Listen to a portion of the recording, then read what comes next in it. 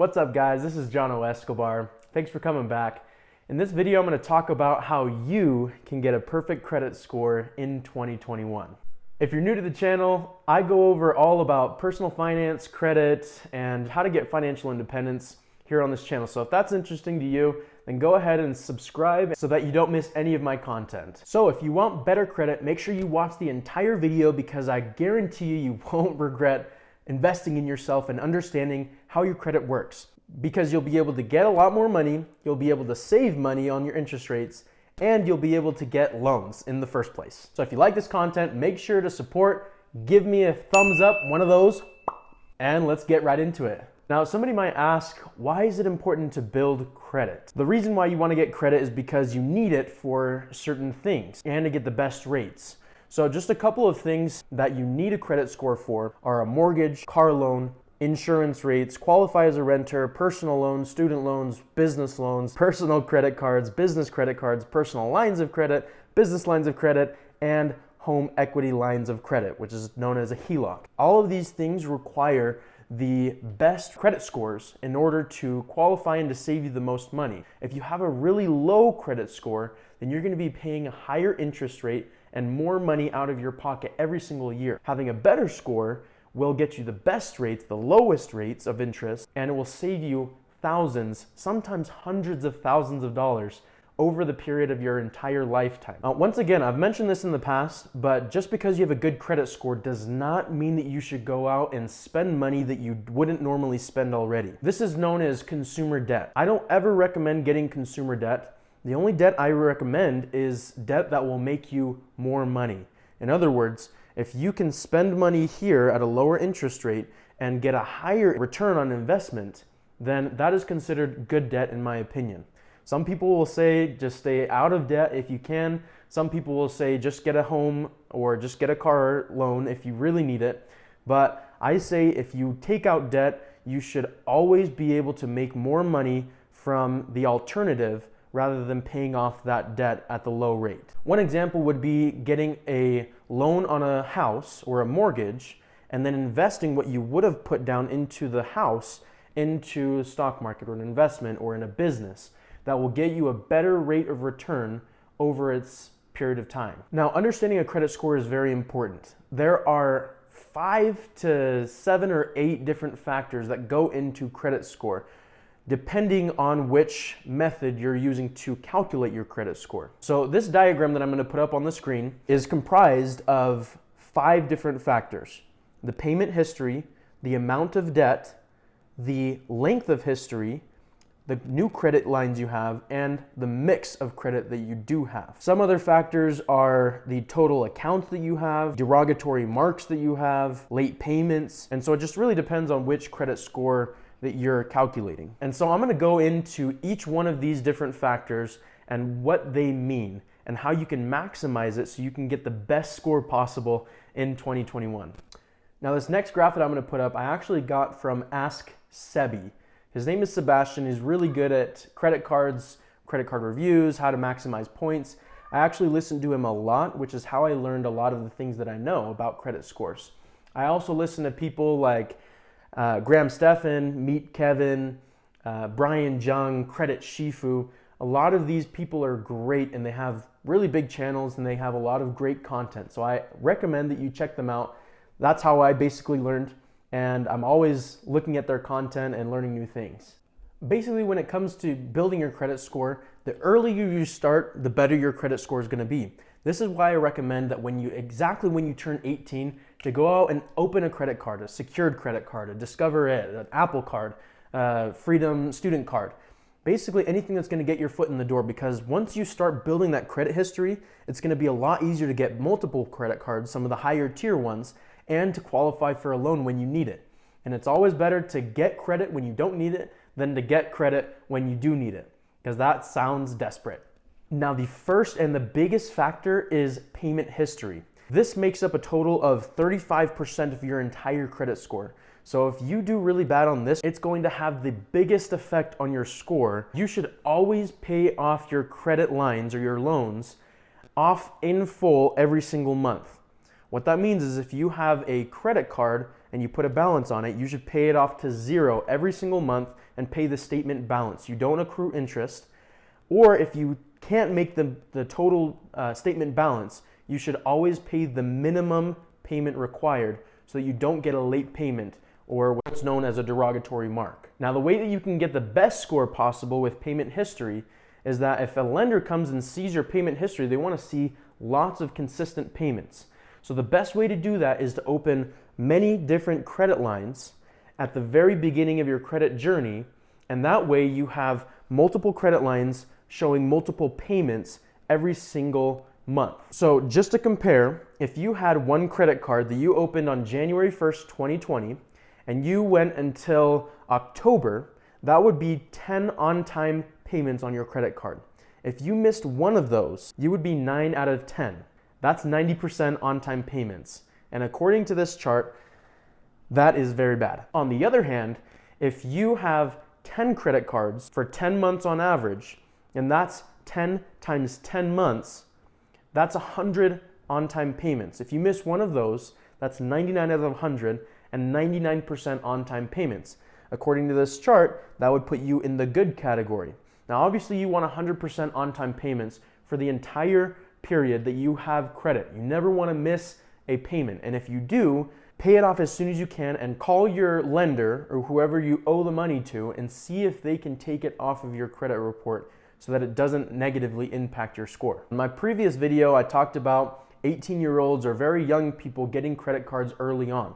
I can't stress this enough, because if you get a lot of credit lines at the very beginning when you start, then those many lines will be able to mature and add credit history over the years. So if you can get 4, 5 credit cards every single year when you're just starting out, that will be the best scenario 5, 10 years down the line.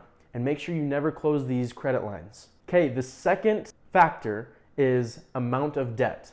Now, this could be in multiple categories. This could be the amount of credit that you have and also your credit utilization. Basically, what that means is that nobody really cares how much money you spend.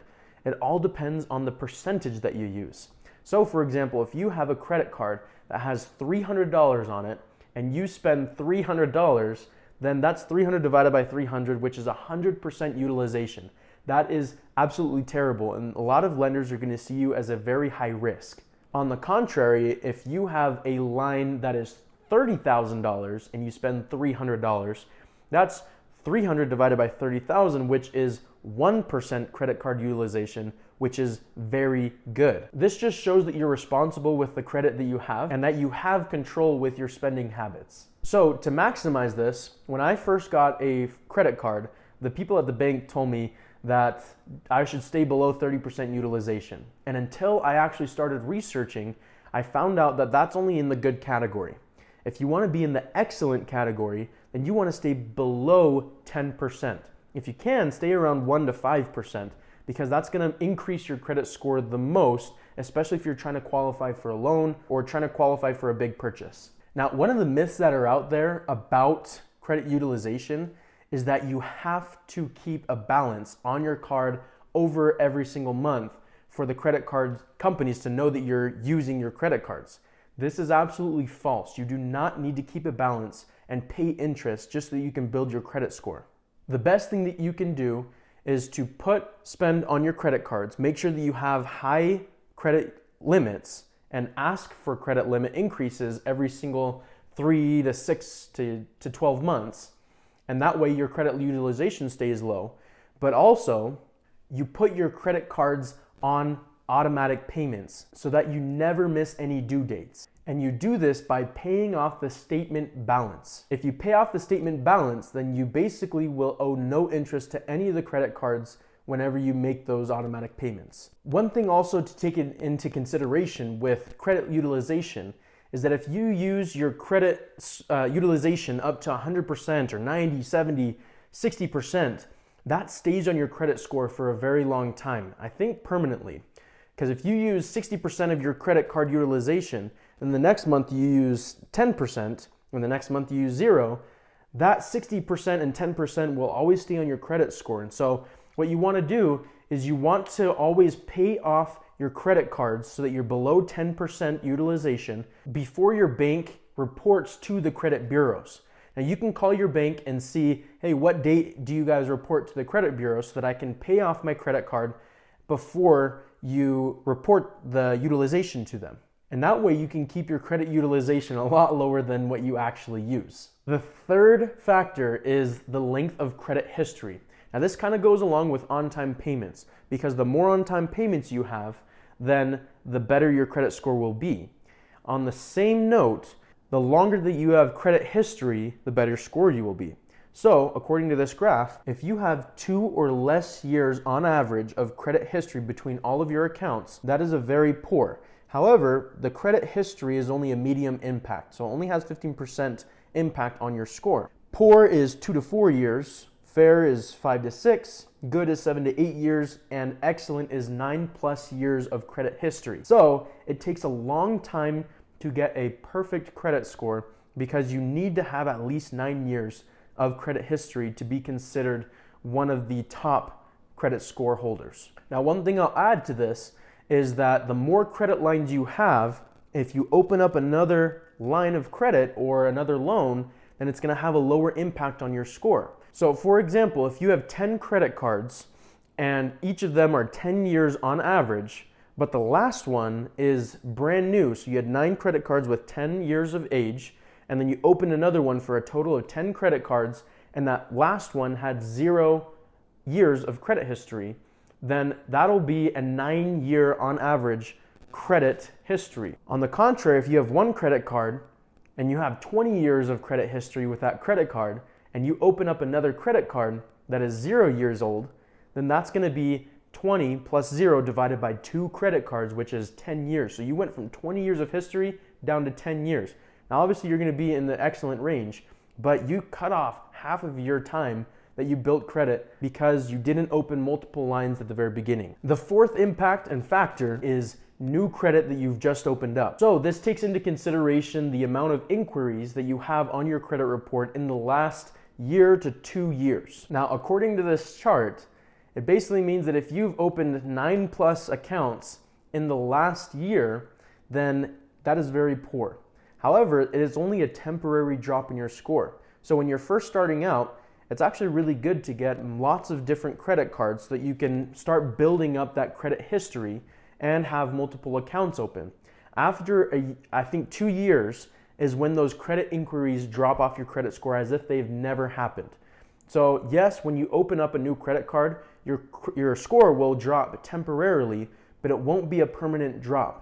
This is why it's so important to open many credit cards in the beginning stage so that when after 2 years, those credit card inquiries have dropped off, and then you just start building history from there. And once you've opened a lot of accounts, then let's say you have 10 credit cards or 10 credit lines open, then you can stop applying for new credit lines and you can just season it out, or what's called gardening, your credit score so that those inquiries drop off of your report. So the best obviously is to have 0 inquiries in the last 24 months. However, your credit score isn't going to drop too much if you have 3 to 6 credit inquiries on your report. So this is kind of a catch-22 when it comes to inquiries, because the more inquiries you have, the lower your credit score goes. But in order to get good credit, you need to have credit accounts. So it's like credit card companies want you to have credit, but they also don't want you to have inquiries for credit. But in order to get good credit, you need to have credit cards, but in order to get a credit card, you need to have good credit, if that makes any sense. Now, when it comes to credit inquiries, if you're applying for a mortgage, then it is important to know that if you apply with one lender for an interest rate and you apply for another lender and you shop around for multiple interest rates to see if you can get the best interest rate on your mortgage, then the credit algorithm will take all of those inquiries if they're within 2 weeks to 4 weeks and bunch them together as one single inquiry. That way you're not getting 5 different inquiries on your credit report for if you're just shopping around for a mortgage. And the last factor is credit mix. Basically what this means is that lenders want to see that you can handle different types of credit responsibly. So one type of credit is credit cards, another could be an auto loan, another could be a mortgage, another could be a personal loan or a miscellaneous loan.